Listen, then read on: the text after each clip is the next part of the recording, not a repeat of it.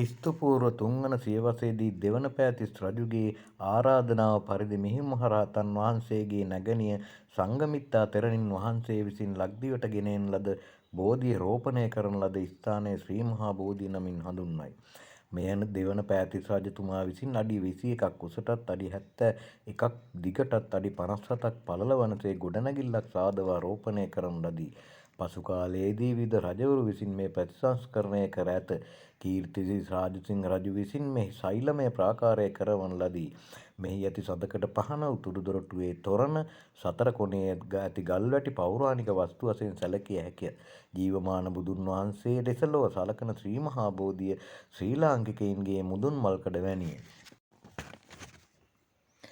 ලක්දිව එක්සේසත් කොට බුදුසසුන රැක්ගත් දුටුගැමුණු රජු විසින් ස්වර්ණමාලී නම් දෙව්දුවා රැක්ගත් තෙළඹු ගස කපා එම ස්ථානයේ කර වූ චෛත්‍ය ස්වර්ණමාලී හෙවත් රුවන්වැලි සෑය නම් විය.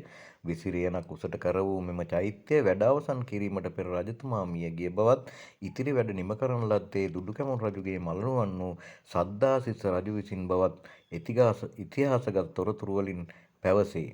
මෙහි සර්වඥ ධාතුන් ද්‍රෝණයක් පමණ නිධන් කර ඇති බවද, විශාල ධනයක් වියදම් කොට ධාතු ගර්භයේ සිතුවම් රනින් කරවා ඇති බවත් සඳහන් වේ. සලපතල මළුව අලලා ඇත්පවුර නිර්මාණය කොට තිබේ. මෙහි දැන් උස අඩි 338කි. ඇතුන් ගණන 338කි. භූමිය අක්කර 5කි.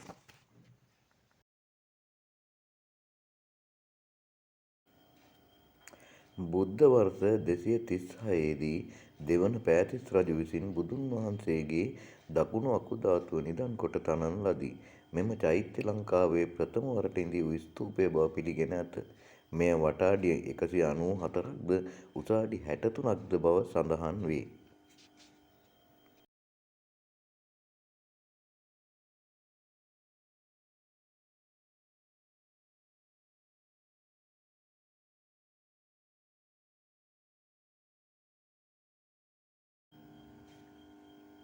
වළගම්බා රජු විසින් කරවන ලද මෙම චෛත්‍ය ථූපාරාමයට වඩා කුඩා වුවත් එම ලක්ෂණ අනුගමනය කර ඇත.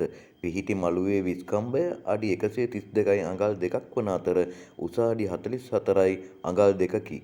මෙය සෝමාදේවිය සිහිවීම පිණිස ඉදිකොට ඇත.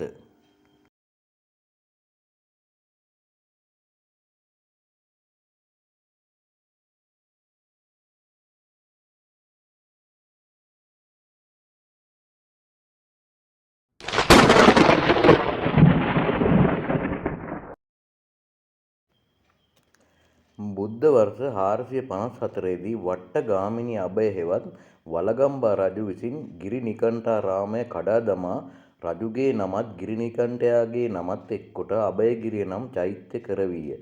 ධාතූන් වහන්සේලා තැන්පත් කළ ස්වර්ණමය ගව රූපයක්ද රන්පත්වල ලියූ ත්‍රිපිටකයක්ද මෙහි නිධන් කර ඇති බව සඳහන් වේ. වට ප්‍රමාණය අඩි 1355ක් වන අතර උස අඩි 245කි. දැනට ලොව ඇති දෙවන උසම ගඩොල් ස්මාරකය ලෙස පිළිගනී.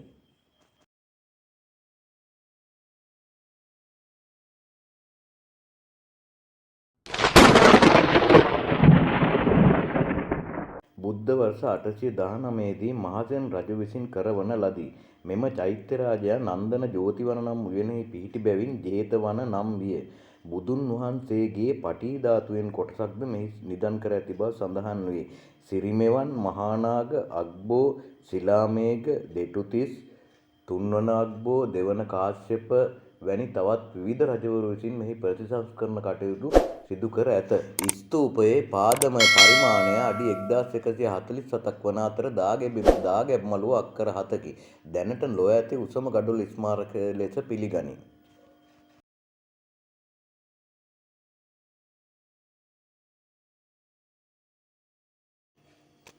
බුද්ධ වර්ෂ 285 දී දුටුගැමුණු රජු විසින් සංඝයා වහන්සේට නොදී මිරිස් වැටියක් අනුභව කිරීමේ වරදට දඬුවම් වශයෙන් ධාතු සහිත කුන්තායුධය නිධන් කොට මෙම චෛත්‍ය කරවන ලදී.